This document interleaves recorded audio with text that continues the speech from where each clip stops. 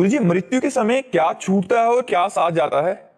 भगवान नाम यदि लिया है, पुण्य किए हैं और पाप किए हैं, ये तीन चीजें साथ जाती है।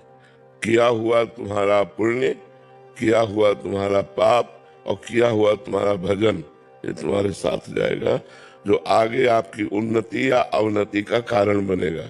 यदि आपने पाप किए हैं तो आगे आपकी दुर्गति हो जाएगी। नाना प्रकार के शरीरों में नाना प्रकार के रोग, नाना प्रकार की विपत्तियों से ग्रसित। अगर पुण्य किए हैं तो आपको अच्छी लौकिक उन्नति प्राप्त होगी, यदि भजन किए हैं तो पारलौकिक उन्नति प्राप्त होगी। यही मृत्यु लोक थोड़ी है, और ऊपर लोक है, नीचे लोक है, जहाँ विशुद्ध देह है, दिव्य सुविधाएं हैं, कहीं कोई रोग शोक नहीं है। ऐसी लोगों की प्राप्ति होगी।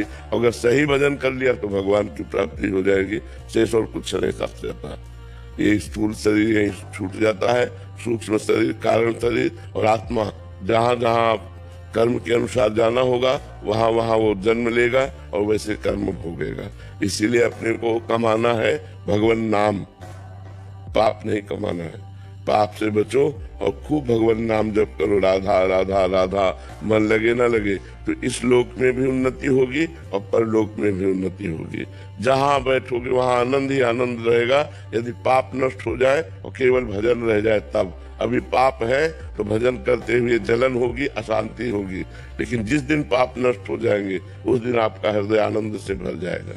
तो देखो, जब शरीर छूटता है तो पंचभूत शरीर यहीं रह जाता है, और कारण शरीर, अगर पाप अधिक हुए तो कारण शरीर सहित सूक्ष्म शरीर को एक शरीर में डाला जाता है, जैसे पंचभूत में डाला जाता है, ऐसे उसे कहते हैं यातना देह, नरक में मिलता है।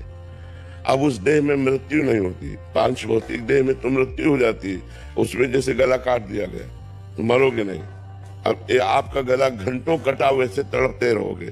फिर आपका हाथ काट दिया गया, आप वैसे ही तड़पते रहोगे। आपका पेट फाड़, आपके 10 टुकड़े कर दिए गए, लेकिन आप मरोगे नहीं। वैसे ही आपको बड़ा भयंकर नरक का दंड, कोल्हू में पेरा जाता है, आग में पकाया जाता है, क्या क्या कष्ट होते हैं, भागवत में लिखा हुआ है। तो ये झूठा नहीं लिखा हुआ है, जो है वो परम सत्य है।